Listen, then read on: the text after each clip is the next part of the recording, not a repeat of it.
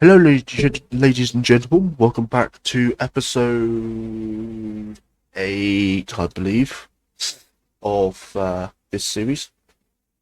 And as you have probably noticed, some of the kingdoms have again expanded. They haven't expanded that much, except the kingdom of Nival. They've expanded quite a bit. But other than that, most of them have expanded only a little bit.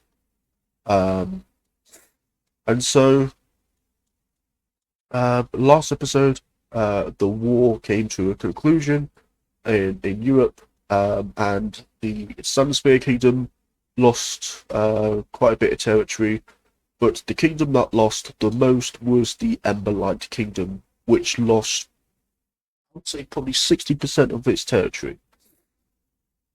And so the Emberlight Kingdom's economy is pretty bad at the moment. As you've noticed, I have named some of the kingdoms. So you've got the kingdom of keep forgetting the name. So you got a little kingdom up here, which is called the Emberal Kingdom. Then you've got a kingdom down here, which is called Lusalia. So the kingdom of Lusalia. Then you got this kingdom, and this kingdom is called Kingdom of Seal Terror. I have used Google Translate to help me remember how to say the names properly. So that's probably why you're hearing Google Translate in the background. If you are hearing it in the background, of course. So, what are the major differences? Well, the biggest difference is the kingdom of Neptara. They've expanded a lot, and this is primarily to do with the fact that they have not had a single war.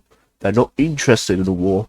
They are interested in they were mostly interested in claiming this large body of water here. And they have done so.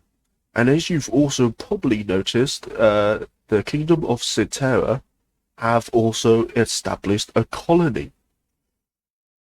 And this now separates the Phoenix Kingdom from the kingdom of Neptera. So these two kingdoms can't meet each other because the kingdom of Citera has made a colony here.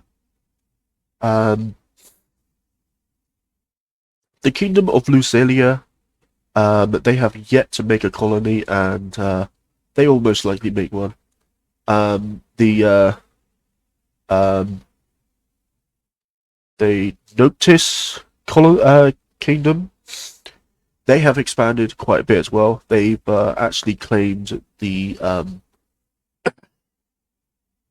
Floridian, is that the right word? Floridian area. And they've pushed a little bit more inland, but they've also pushed north east as well. So, oh yeah, that's the other thing. The kingdom of Lumina and the Verdantia kingdoms, they have both expanded by quite a bit, and the Verdantia kingdom, which I think the name will change soon to probably Empire, because they are getting very large. They basically control the whole of the north part of South America. The kingdom of Gossameria, I think that's how you say it. They've expanded by quite a bit. And the kingdom of Prithera, Prithera, Parithera. I think that's how you say it. they have also expanded along the western coast of South Africa, and they are pushing up. Um, they still refuse to push along the east coast, but that could change soon because the Kingdom of um, Gossamira, they are expanding their borders by a little bit each time. The Kingdom of Nordara, Kingdom of Cairo, and the Kingdom of Nifel, they have also expanded their borders. Kingdom of Cairo, they have expanded their borders the least amount. Um, I'm not exactly sure why they've refused to really expand their borders, but they have. And of course, the Kingdom of Fenholm, they have also expanded their influence and they've taken over some of the islands. So the map is looking a little bit full, and the problem I'm suspecting is that some of these large kingdoms are getting a bit too large, and I feel like that there's probably going to start to have some factoring here. So let's focus on the Phoenix Kingdom, and I feel like the Phoenix Kingdom, who have now been essentially blocked off by the colony of the Kingdom of um, uh, Celtera. They are just going to expand and just take up this part and just honestly just expand out and take over this part for themselves. Let me zoom in a bit. Like so. So they now control this whole part here.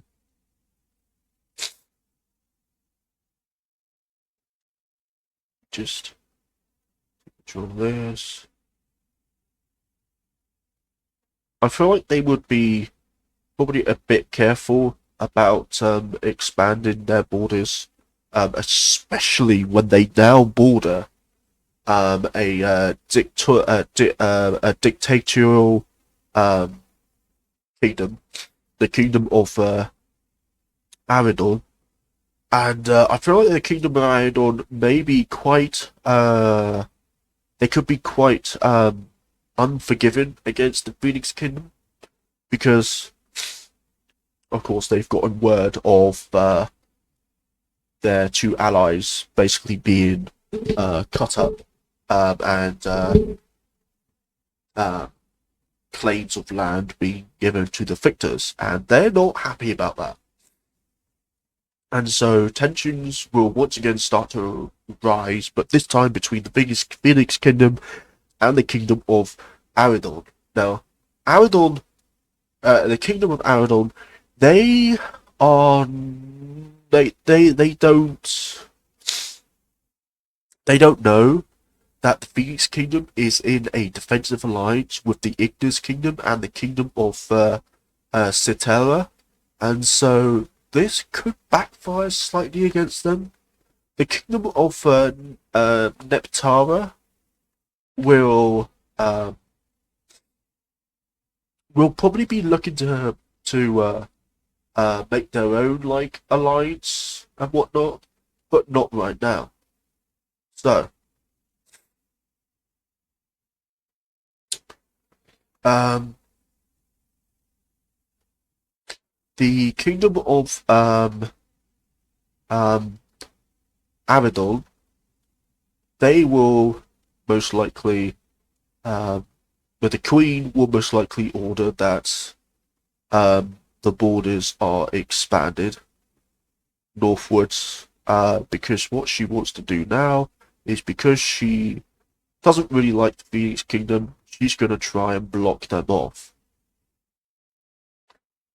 And this is going to cause probably some tensions to flare more, and so she's also going to send some scouting parties eastward along the coast, and they are just going to claim more land there. And so the kingdom of Aradon is still growing. She's not too focused on pushing down south, and so the kingdom of uh, Gossameria, Gossamer, Gossameria,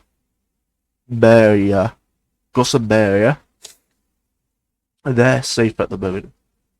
And also talking about Gossameria, they will also expand their borders, and they will push quite a bit more inland, um, and just generally expand their borders. Um, and the Queen of Gossameria will most likely order that it could be like a Silkwing Queen and then a Leafwing King. If it's like the Leafwings and the Silkwings living under a shared royal family, and if that's the case, then you know, then that's cool. But I feel like she will definitely focus on something called the Great Expansion, where she is going to send out loads of parties just to go westward, and eventually they're going to um, come along to the western part of Africa, and then they're going to rejoin back with their kingdom. Oop. So we're going to fill this in like so, and so it could look something like this. There is the threat of the Aradorn Kingdom to the north and the Kingdom of uh, uh, I can't say that name. Perethra to the south. And so maybe reports start to come in that Hive Wings have been spotted down south, and so the Queen is going to definitely order that more of the economy is put into uh, um, making her army better and training her army for combat, and she will probably look into not essentially elite forces, but she will definitely break up her army into the standard soldiers of her army, and then she would have like the higher guard and then the royal guard and whatnot.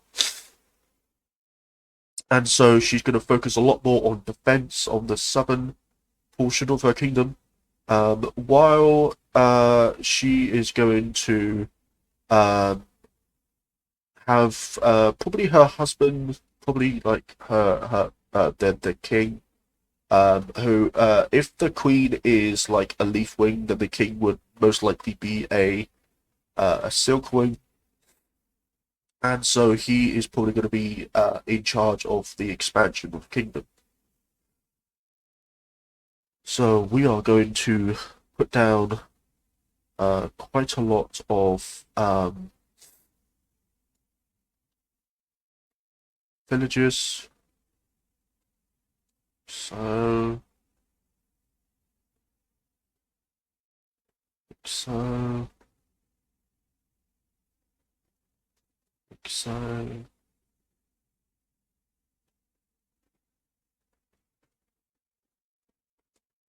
So,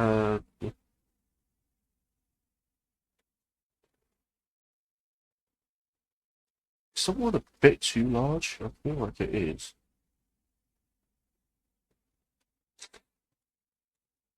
So,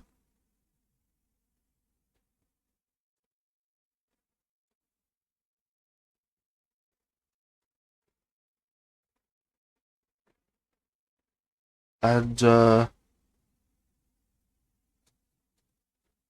you see, this is where, because earlier I was talking about um, the kingdom of Neptaria looking for allies, and Um, it could be like a problem for messengers um, to go to and from these two kingdoms because they're so far away from each other, and they have to pass around or soon through um, Aradonian um, territory, and that could be a huge problem because again, the queen of the Aradon kingdom, she is a ruthless dictator, and she is not treating her subjects very well, and she is putting quite a bit of her economy into, arming her kingdom and just, and just uh, training as many troops as possible, but not the best training in the world. So technically, it is a Wings of Fire version of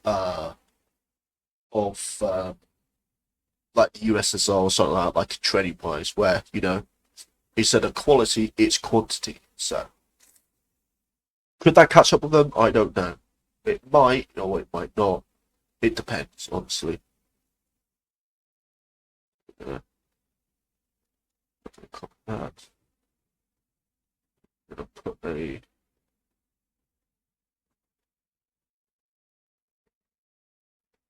there. And there. Okay. Uh,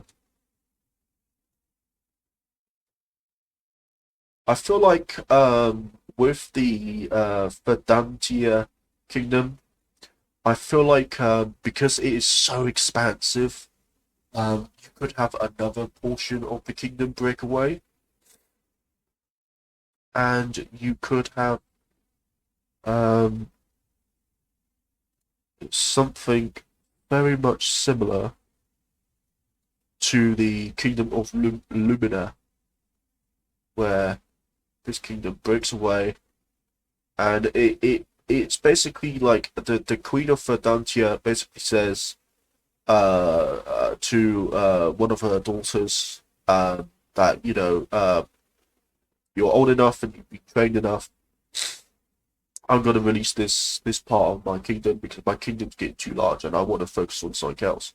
So she releases this part of her kingdom, um, and that does restrict pushing southwards if she wants to push southwards. Um, but overall, I don't really think that would matter too much.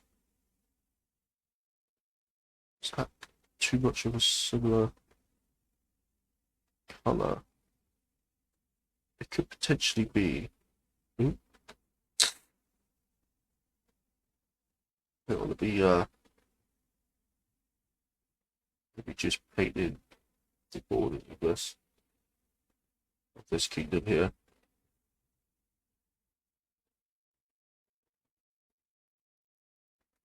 and then nope, that still doesn't work. Okay.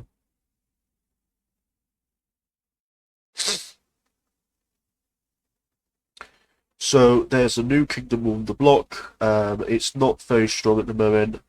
It still uses the Vedantian currency, which is just basically gold. But each kingdom will have gold. It's just it will be like different shaped gold or something like that. So they've basically got their own currencies and everything like that. The kingdoms in Europe, they will have similar currencies, but the Phoenix Kingdom, they are definitely going to have a currency that is going to be a lot more different to, say, the Sunspear Kingdom than like the Kingdom of Centaura. And so the Kingdom of Neptera, they are also going to focus on expanding southwards. And the reason why I think is because Neptera is going to be, they're going to be more, what's the word?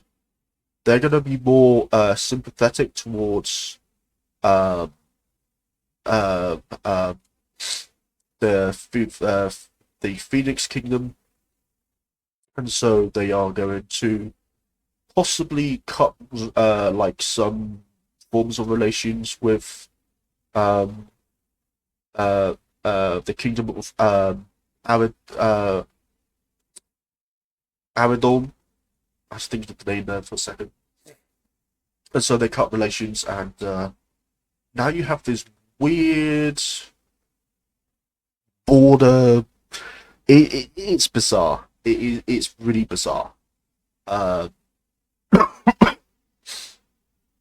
and so it's really weird. It is it's honestly bizarre. But some of these kingdoms are getting quite large. Actually, they are getting quite large.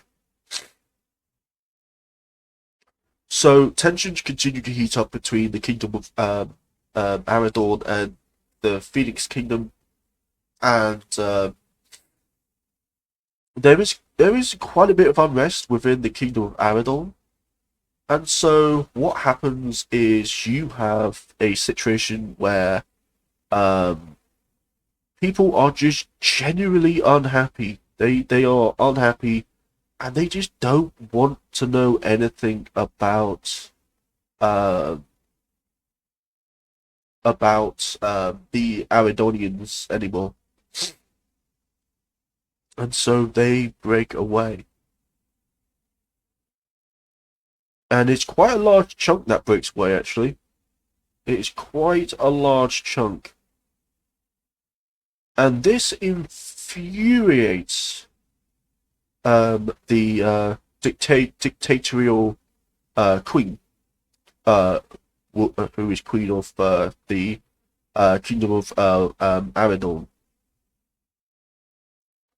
So I'm just going to paint this in, like so, and I'm going to go to layers. I'm going to get rid of these villagers, and I'm going to select my own color.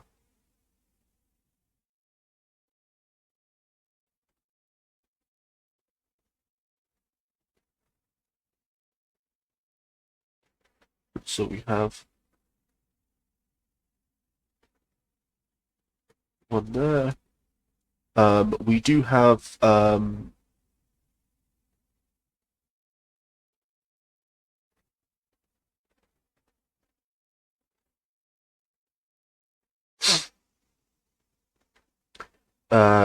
the palace. One of the villages are rapidly built up into a palace, and a new queen is I guess, is it called elected, or was it like chosen by the general public? I think it's like chosen by the general public.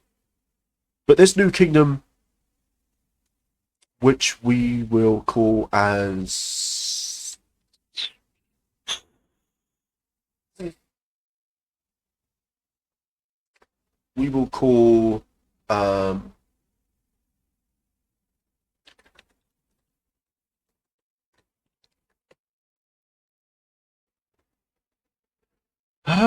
let's think of some names.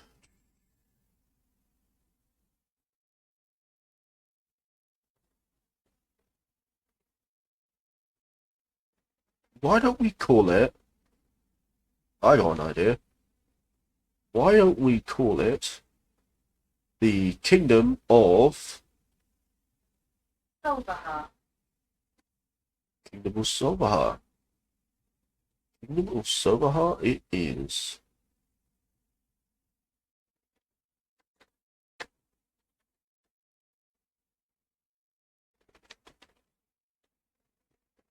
So the Kingdom of Silverheart is born.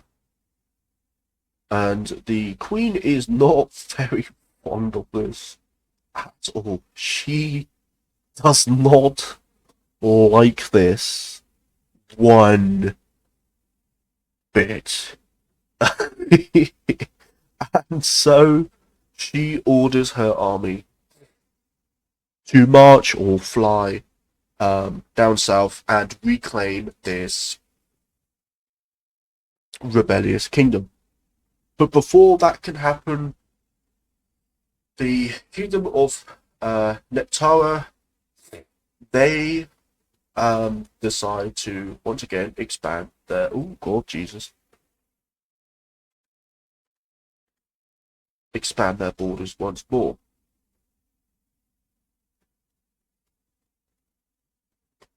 So they expand their borders once more, and they are now bordering a hell of a lot more of the Aradorn Kingdom. And right now, the Aradorn Kingdom queen, she's starting to feel a little bit claustrophobic with all these other kingdoms um, enclosed around her kingdom. And so after probably like 2 weeks, 3 weeks of marching and just building up on the border of Salvahar, um, the um, attack is launched, and the Abaddon forces, they push in quite hard, and they start to invade the northern part of Salvahar, and they take the first um, village, and they are now pushing aggressively towards the next village that they know roughly the location of. But before they can get there, they are stopped by the forces of Salvahar, and surprise, surprise, the kingdom of Gossamer, they have also expanded their borders, and they are now bordering the kingdom of Salvahar, and this allows the next defensive alliance to be formed. I think this is yeah, defensive alliance, and this defensive alliance is going to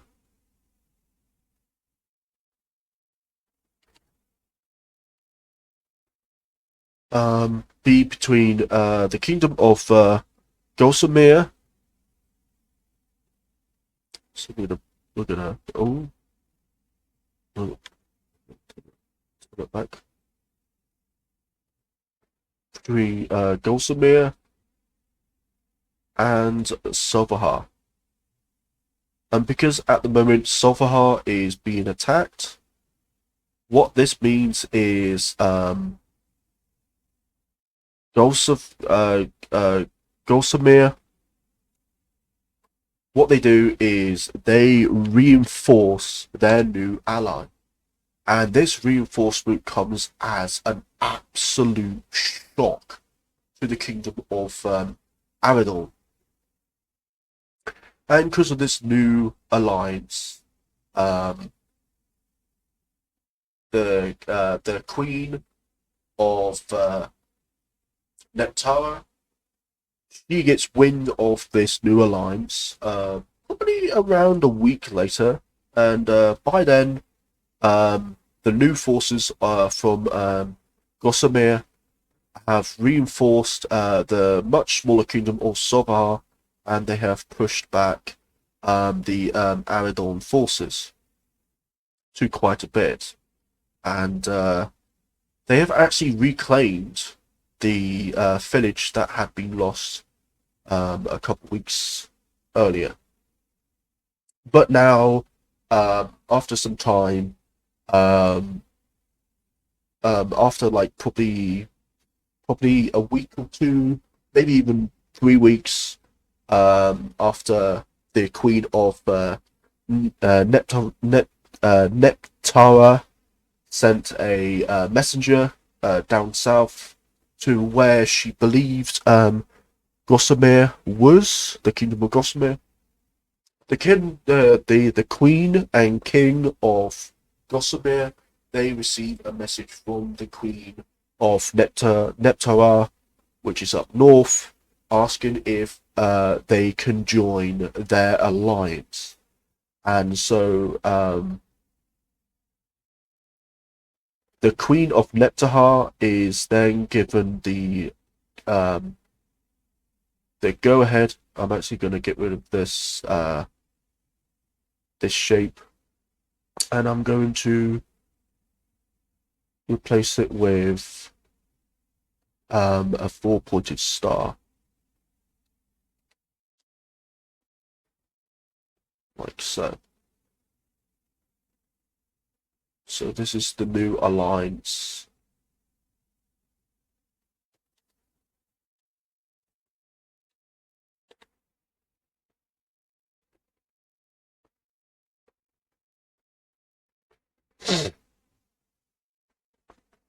So I'm going to put this in, like so, like that, and the Kingdom of Neptahar is now part of this alliance. I'm going to make it quite big so you can see it, but they are now part of this alliance. And the Queen of Abaddon, she doesn't get wind of this at all. She doesn't know this until suddenly Neptaharian forces are pushing extremely aggressively into the northern part of her territory. Bearing in mind the Kingdom of Neptahar has also increased their border, and so the first thing that the Neptaharian forces do is they cut off they essentially cut the Kingdom of Abaddon in half. And this is now looking not very good for Abaddon. And Abaddon then requests to join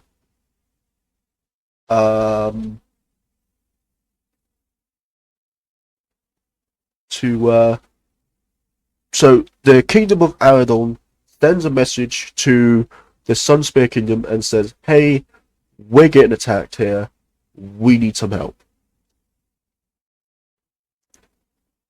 And so between the Sunspear Kingdom, between the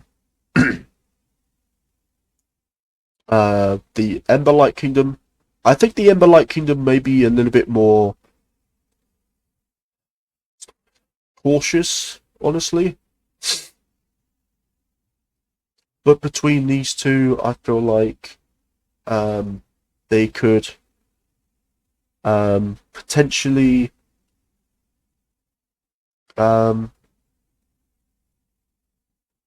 Emberlight Kingdom, I think, would be more reluctant to join this new defensive alliance.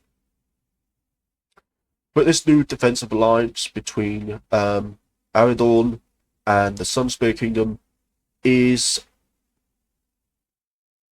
honestly pretty devastating for Neptara.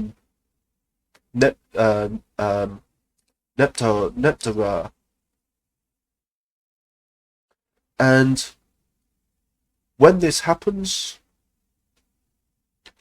Neptaharian forces in the northwestern part of the kingdom, who are bordering the Sunspear Kingdom, they are suddenly having to fight for their lives because forces from the Sunspear Kingdom, they are beginning to push into their kingdom. And so they push quite, they get quite far in, but then they are stopped because, of course, the Kingdom of Neptahar, even though, you know, they were focused on expanding and whatnot, they didn't leave out their military, and so they were training their military, and because they weren't involved in any wars until now, they do have a pretty well-trained military. The Sunspear Kingdom, they haven't really updated their military at all, so they've got, like, I believe the oldest military in this world so far. and so that's going to cause problems. Anyway, the forces down south in the southern part of Netahar, they are going to carry on pushing. Oh dear, they are going to carry on pushing rather aggressively into the land of Aradorn, and the dictatorious queen.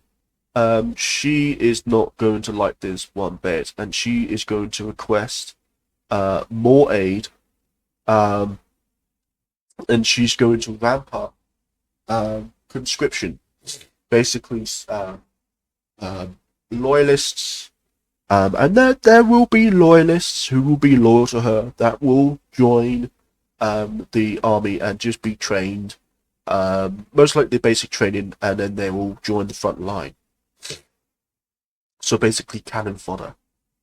But now in the northern front line, the Netaharian forces will then begin to push the Sunspear outdated army back, and they will push them all the way out of their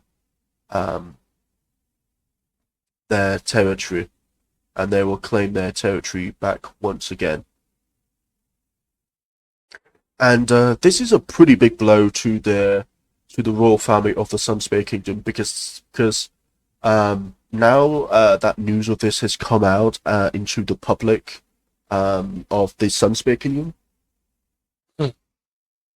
the general public of the Sunspear Kingdom, they're going to slowly begin to become more and more unrest, and so the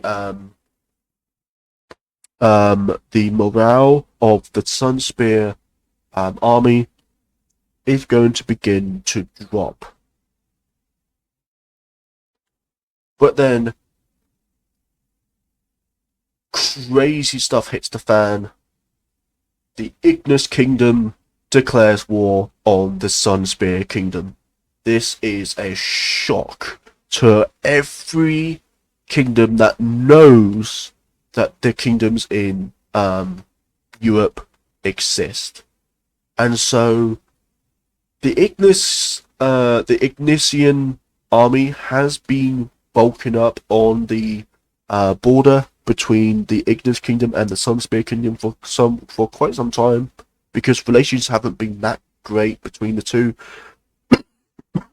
But with the Queen hearing about the war going on between the Sunspear Kingdom, the Kingdom of Netahar, the Kingdom of Aradon, and the Kingdom of Safahar, and the Kingdom of Gulsamir. So basically, it's basically the First World War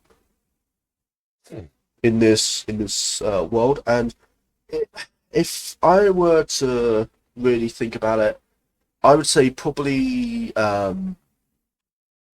give or take 500 to 750 years have passed since. Maybe even close to 1,000 years have passed. And so the First World War has erupted. And so Ignatian forces start to push in, and they push in with basically very little resistance. And so they capture, they actually encircle the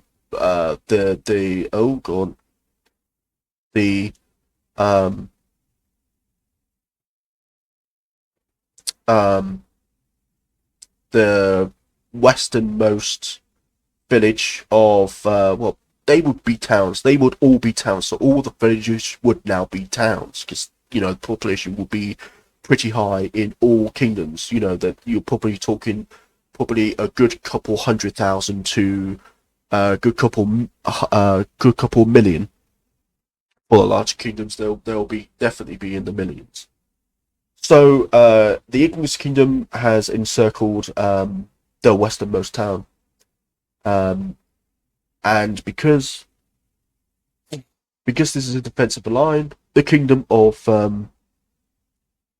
Celtaria, hang on,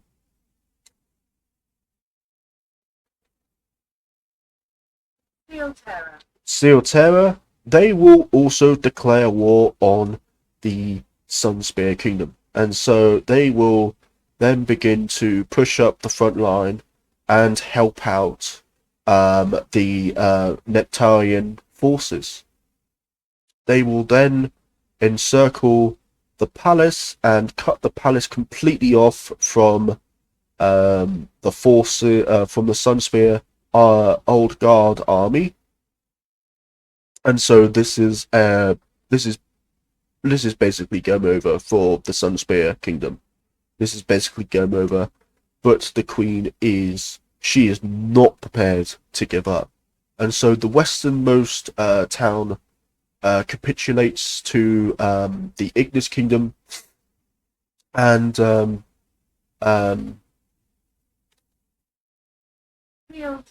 Sealtarian forces, they don't push into the capital. I mean, they might push a little bit more closer to the capital, but they don't necessarily have to push all the way in and take it over. What they're aiming to do is they are aiming to starve the Sunspear Royal Guard and force the Queen of the Sunspear Kingdom to either advocate or capitulate. And the Queen of the Sunspear Kingdom, she's going to do neither. She's going to fight to the end. And the Ignis Kingdom and the Kingdom of Sealterra, they have been pushing very hard into the Sunspear Kingdom, as well as the Kingdom of Neptahar. And Neptahar, that they are going to claim the easternmost town, and they're just going to carry on pushing, and they're going to claim the next town as well. So basically, the Sunspear Kingdom has basically knocked out the war, and so they sue for peace. And so the Sunspear Kingdom, they are completely gone. They basically do not exist. So they don't exist anymore. So we're going to get rid of their name.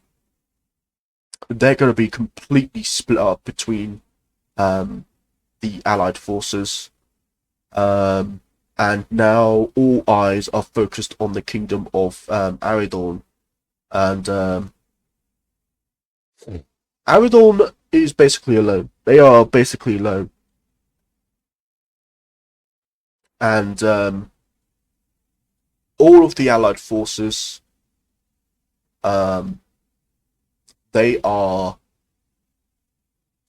now just fighting.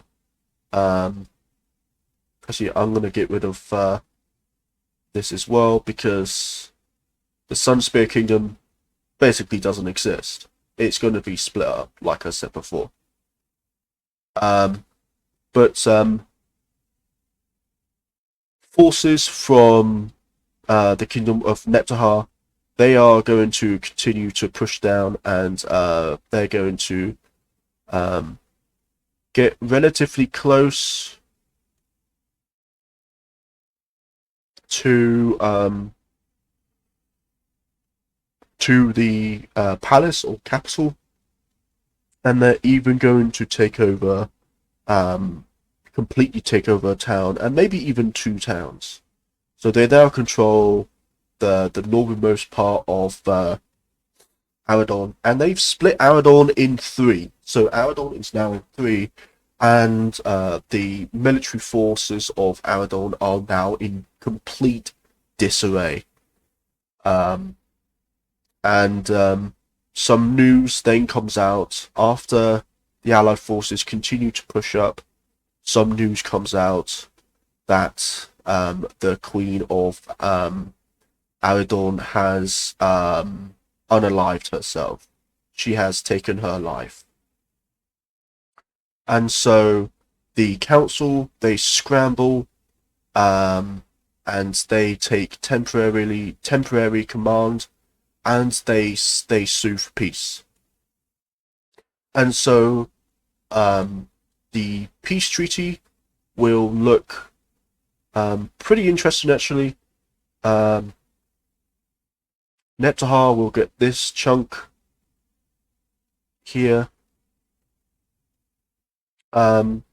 Silterra, they will get this chunk here. So we'll fill this in like so. And then the Ignis Kingdom, they will get they will get the rest of this. So the Sunspear Kingdom basically doesn't exist anymore, and it's a pretty bleak day for dragons who used to be under the rule of the Sunspear Queen. I'm actually gonna fix up these borders ever so slightly, like so.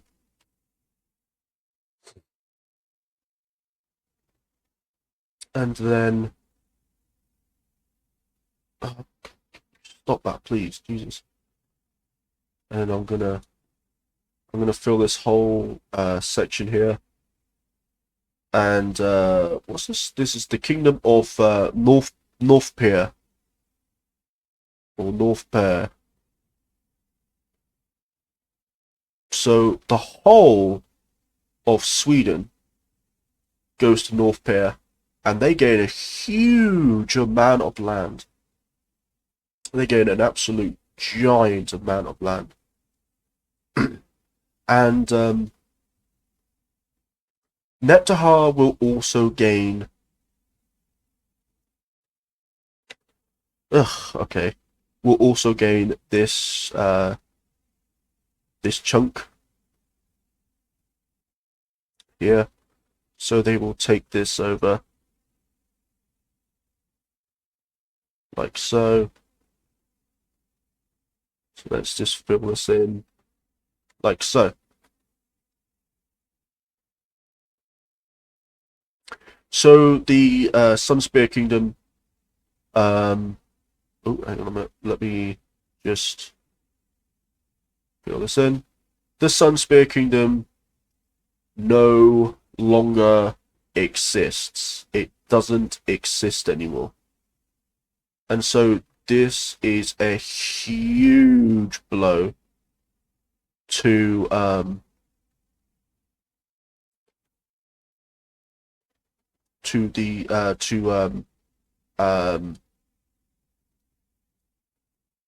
Aradorn,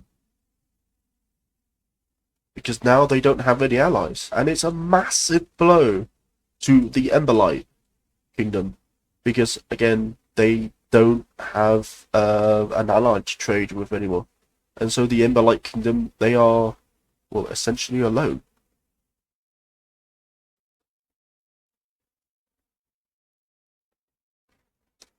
Just gonna be putting this here like so, and then I'm gonna put this one here like so.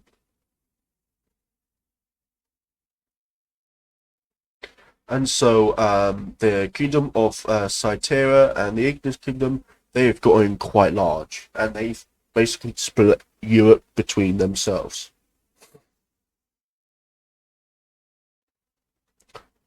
Going to get rid of that. I'm going to add that. I'm then going to get rid of that, and get rid of that, and get rid of that. And then I'm going to add that, and then I'm going to add that. And then the Kingdom of North Pier, because they've gotten so much land now. I'm actually going to get rid of all these colonies here.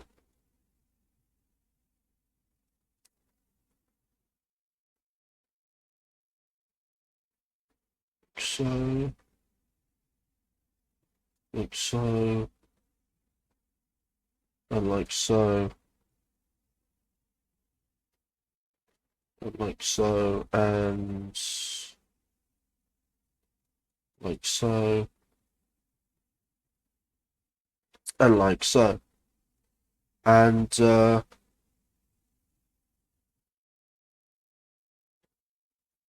so I don't think the dragons, again, I don't think the dragons under who used to be under the rule of the Sunspear Queen will be very happy being under the rule of a foreign queen.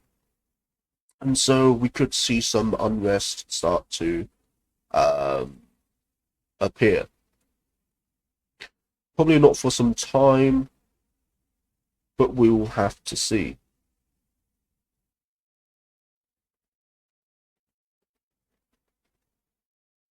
Like that. And then we're gonna put that like that, and then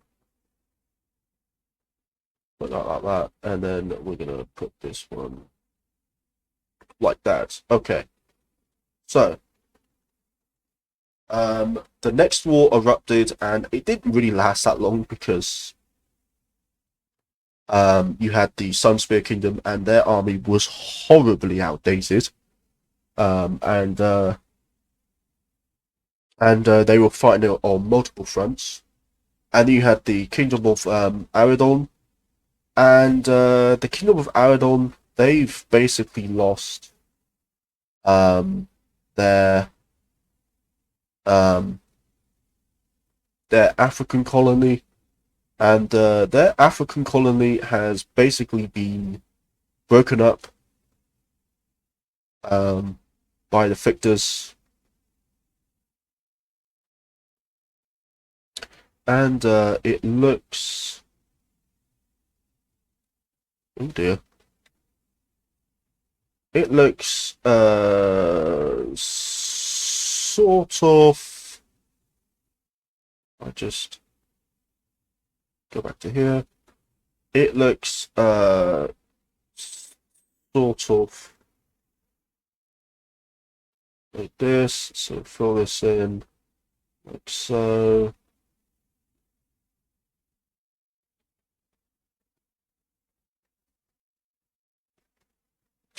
And then we're going to have this kingdom. And I don't think don't think Neptahar is going to want to um, push down into this more arid area, and so they are going to then have the Phoenix Kingdom, who is just going to completely annex the rest of this kingdom, and I'll just fill this in.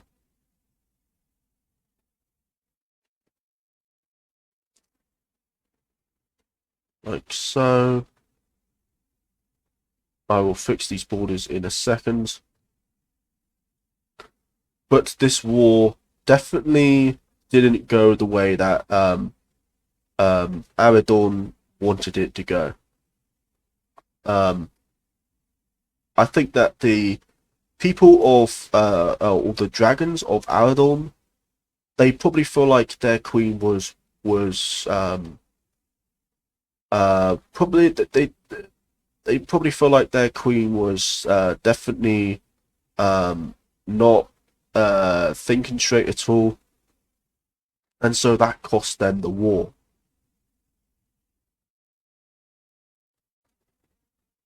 The Aradon Kingdom is able to retain their northern colony um, because the Kingdom of Neptahar has allowed them to.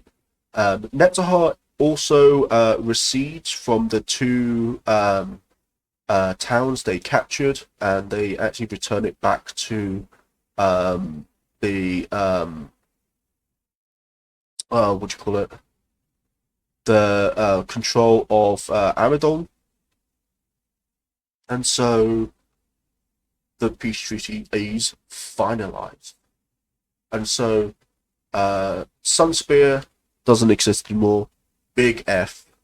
That is a big F. Um, the Emberlight Kingdom, actually, think about it, I'm actually going to. Oh, God, Jesus Lord. I'm going to get rid of that. And then I'm going to get rid of that. Because the Emberlight Kingdom has no one to trade with anymore. Oh, actually, no, they do have someone to trade with. It's the Aradon Kingdom. But I feel like trade is going to be heavily restricted or heavily regulated because now the Aradon Kingdom, they do not control this section. They don't control this canal anymore.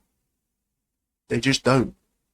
And now it is going to be basically impossible to do trade with the Emberlight Kingdom.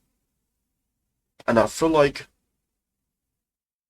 with a heavy heart, they are going to have to recede from the economic alliance with the Emberlight Kingdom. And so the first economic alliance shatters, it breaks. So now the biggest kingdom at the moment, I would say, is probably the kingdom of Nifel. And then the second the biggest is probably the Phoenix Kingdom. And then the third biggest is, it would have possibly been the Verdantia Kingdom, but the Verdantia Kingdom actually released a bit into a new kingdom. But the kingdom of Neptara, sorry, um, is most likely the third biggest. So this is the map of the world currently, um, and so we've had our second war. It was actually First World War, and it ended in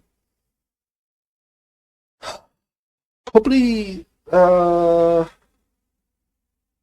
probably 4 or 5 years. It probably took 4 or 5 years for it to end.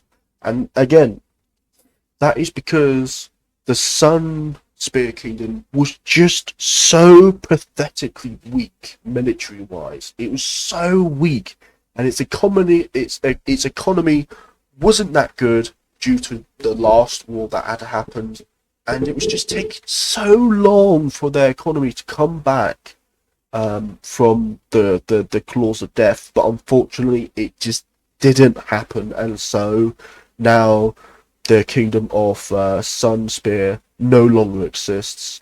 The kingdom of Aradon has lost its African colony. It's been divided up between the Phoenix Kingdom and the kingdom of Silverhar. The kingdom of Gosamere,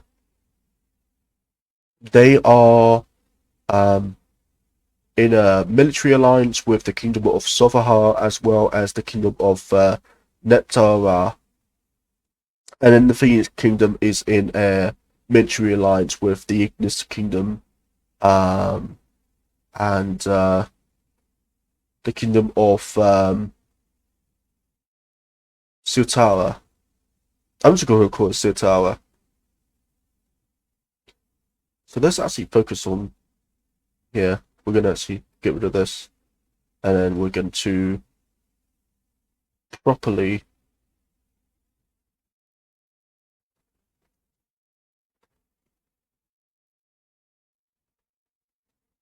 apply the right color.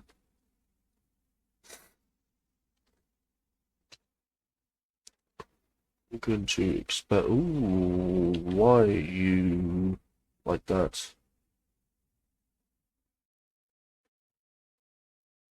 So we have two military alliances.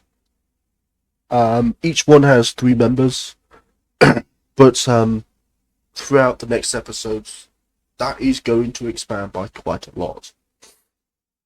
So, guys, I hope that you enjoyed this video. If you did, give it a thumbs up. If you didn't, give it a thumbs down.